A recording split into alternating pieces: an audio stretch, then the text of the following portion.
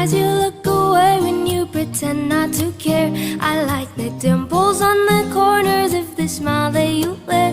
I like you more, the world may know, but don't be scared, 'cause I'm falling deeper, baby, be prepared. I like your shirt, I like your fingers, love the way that you smell. To be your favorite jacket just so I could always be near. I loved you for so long, sometimes it's hard to bear, but after all this time, I hope you wait and say, love you every minute, every second, love you everywhere in every moment, always and forever. I know I can't quit you, 'cause baby, you're the one. I don't know how, I love you till the last of snow disappears, love you till a rainy day becomes clear. Never knew a love like this, now I can't let go. I'm in love with you, and now you know.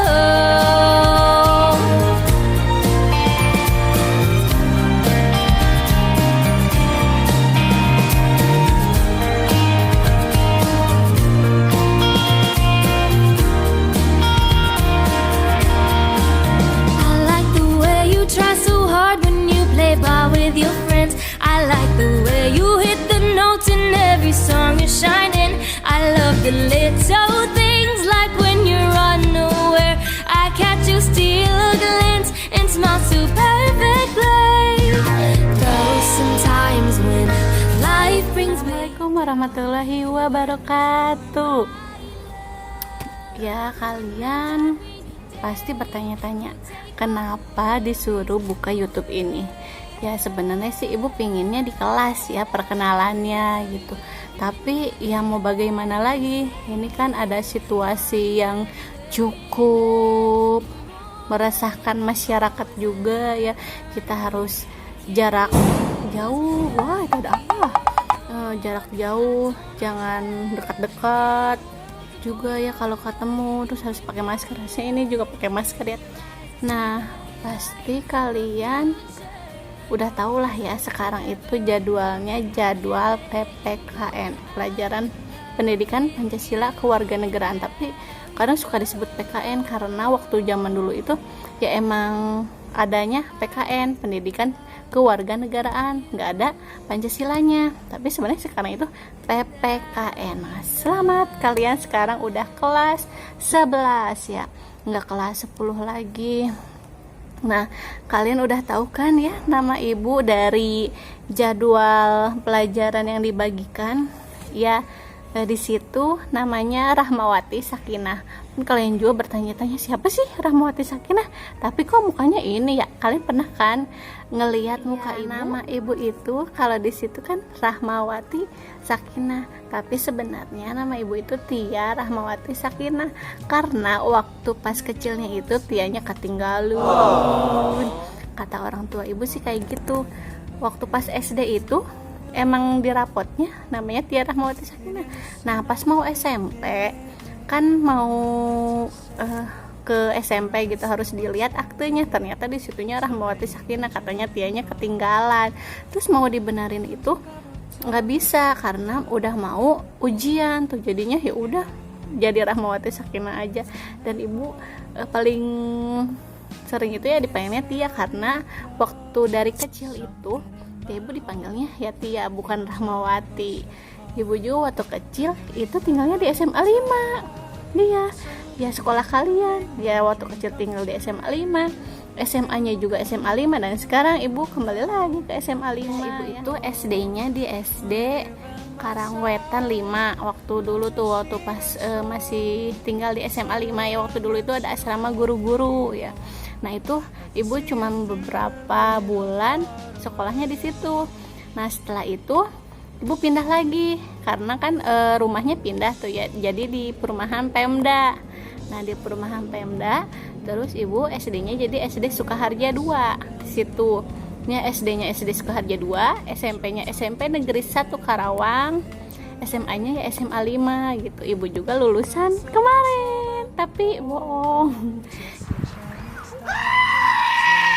Ya ibu lulusnya waktu lulus SMA itu, SMA-nya tahunnya 2008. Ya guru-guru kalian juga guru-guru ibu. Kalau 2008 berarti ibu udah tua banget ya. Nah terus ibu melanjutkan kuliah di Universitas Pendidikan Indonesia di UPI ya, pasti jurusannya jurusan PPKN. Nah disitulah, nah setelah 4 tahun berlalu gitu ya, ibu kuliahnya di sana. Nah terus ibu ngelamar di sini di SMA Negeri 5 Karawang ya, alhamdulillah keterima. Ibu juga ya di sini dari 2013 ya, dari 2013 ya sampai sekarang gitu ceritanya. Terus apalagi ya perkenalannya, ya kalau di kelas sih sebenarnya lebih seru di kelas ya daripada kayak gini. Jadi kalau kayak gini tuh kayak ibu ngomong sendiri ya. Semoga cepat berlalu ya pandemi ini, semoga kita belajar di kelas lebih semangat lagi. Tapi ya jangan sampai kitanya males-malesan di rumah juga jadi jarang belajar ya. Pokoknya harus tetap semangat ya. Mungkin perkenalannya itu aja ya gitu. Ini pegangan bukunya, ada 2 buku ya.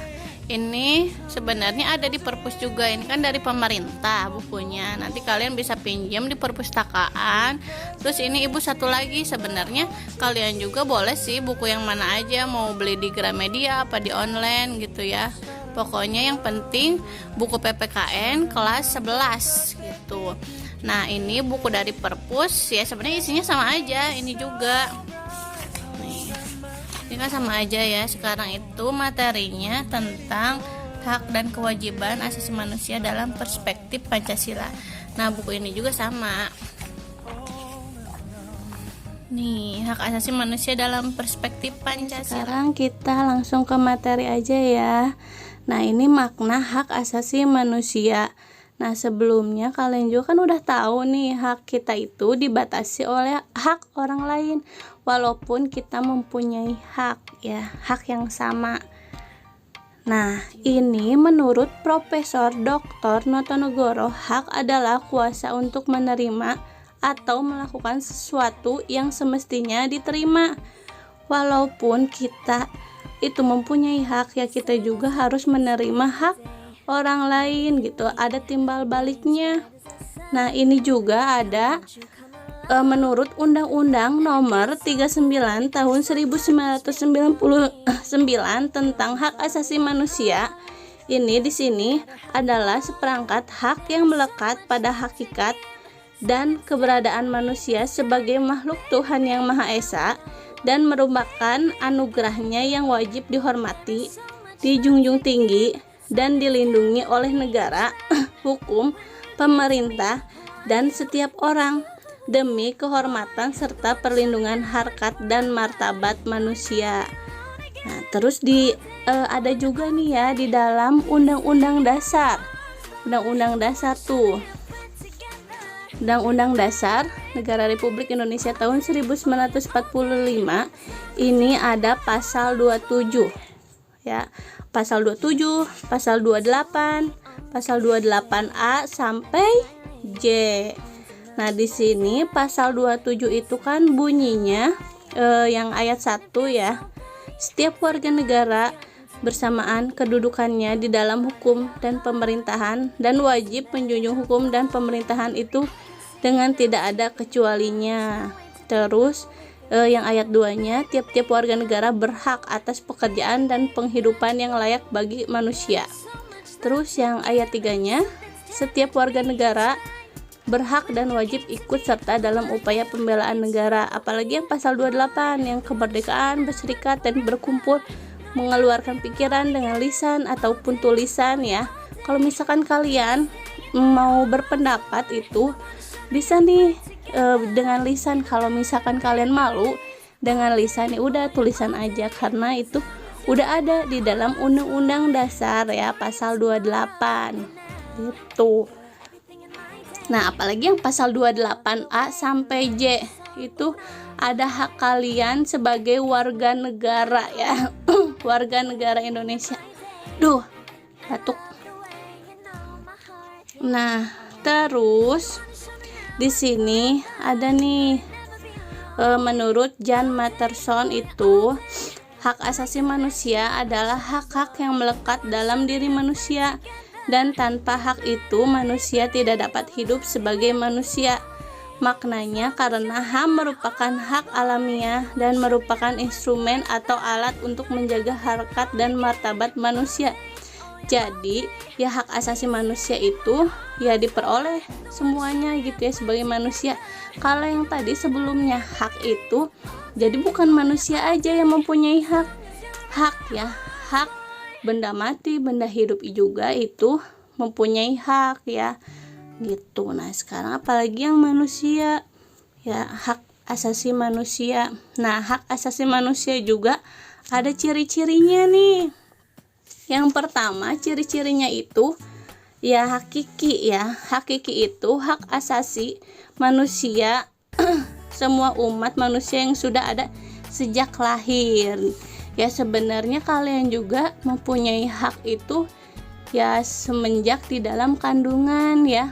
Gitu ya, hak untuk dilindungi, hak untuk hidup ya dilahirkan gitu. Terus yang kedua, universal. Jadi universal itu hak asasi manusia berlaku untuk semua orang tanpa memandang status, suku, bangsa, gender atau perbedaan lainnya. Jadi jangan yang kaya aja yang mempunyai hak gitu ya, terus yang berkuasa gitu. Jadi semua orang juga itu mempunyai hak, jadi universal gitu ya. Terus yang ketiga, tidak dapat dicabut. Nah, tidak dapat dicabut ini hak asasi manusia tidak dapat dicabut atau diserahkan kepada pihak lain gitu. Jangan mentang-mentang gitu ya, jadi bisa dicabut haknya gitu ya, walaupun emang hak kita itu dibatasi oleh orang lain, tapi jangan semena-mena hak kita itu dicabut ya, terus diserahkan kepada orang lain. Nah, yang terakhir, tidak dapat dibagi. Jadi artinya itu semua orang berhak mendapatkan semua hak, apakah hak sipil, hak politik, hak ekonomi, sosial, dan budaya. Jadi ada bagian-bagiannya gitu, dan tidak dapat dibagi-bagi. Maksudnya itu hak politik nih, misalkan kalau kalian sudah bisa memilih pemilihan ya perda atau presiden kayak gitu ya, itu kalian gak bisa dibagiin ke orang lain. Maksudnya kalau misalkan kalian itu ada hak untuk memilih, nah terus kalian gak bisa memilih, terus dibagiin aja ke orang lain, tuh gak bisa gitu. Nah, terus selanjutnya kewajiban. Nah, kita kan ada hak dan kewajiban ya. Sebenarnya kalian itu lebih memilih hak atau kewajiban dulu yang didahulukan? Ya tentunya harus kewajiban dulu ya daripada hak. Nah, tadi ada nih contohnya ya. Kalian itu lebih memilih kewajiban apa hak dulu nih di sekolah? Ya, jadi contohnya itu kalau kewajiban kalian itu kan sebagai pelajar. Jadi kalian itu wajibnya harus belajar ya. Nah, terus haknya itu kalian buat apa? Buat sekolah atau difasilitasi oleh sekolah ya, walaupun sekarang sekolahnya masih ditutup. Jadi kalian itu berhak untuk mendapatkan pembelajaran dari ibu gitu. Nah, ini contohnya ya. Jadi kalian itu ya dijelaskan dulu nih sama ibu. Jadi kalian itu ya berhak untuk belajar di apa sih namanya, dikasih tahu gitu sama ibu gitu, diberikan pembelajaran gitu. Nah, terus di sini karena ya kewajiban itu ya secara sederhana dapat diartikan sebagai segala sesuatu yang harus dilaksanakan dengan penuh tanggung jawab. Jadi kalian juga harus tanggung jawab ya, segala sesuatunya itu ya wajib ya. Kalau di dalam agama Islam pasti yang wajib itu yang pertama ya sholat ya gitu. Nah, ini juga kewajiban ada nih di dalam Undang-Undang Dasar. Nah, sebelum di dalam Undang-Undang Dasar ada juga di dalam Undang-Undang Republik Indonesia Nomor 39 Tahun 1999 tentang Hak Asasi Manusia ya. Ini ada di pasal 1 ayat 2. Terus ada juga ini di Undang-Undang Dasar ya, pasal 27 ayat 1, pasal 27 ayat 3, pasal 28J ayat 1, pasal 28J ayat 2, dan pasal 30 ayat 1. Nah, kalau misalkan ada yang mau ditanyakan, boleh nanti di komentar ya. Selain pertanyaan kalian yang mau ditanyakan tentang hak asasi manusia, karena ini ya materinya sedikit dulu. Kalau misalnya ada yang mau ditanyakan, boleh nanti di komentar. Terus kalian jawab nih pertanyaan dari ibu juga ya. Pertanyaan dari ibu itu, bagaimana sih kalau kalian bisa mendapatkan hak sebagai warga negara yang ada di dalam Undang-Undang Dasar ya. Kalian cari nih hak sebagai warga negara itu apa aja ya. Nanti tulis di komentar, bukan ditulis sih, diketik ya sekarang itu di komentar ya.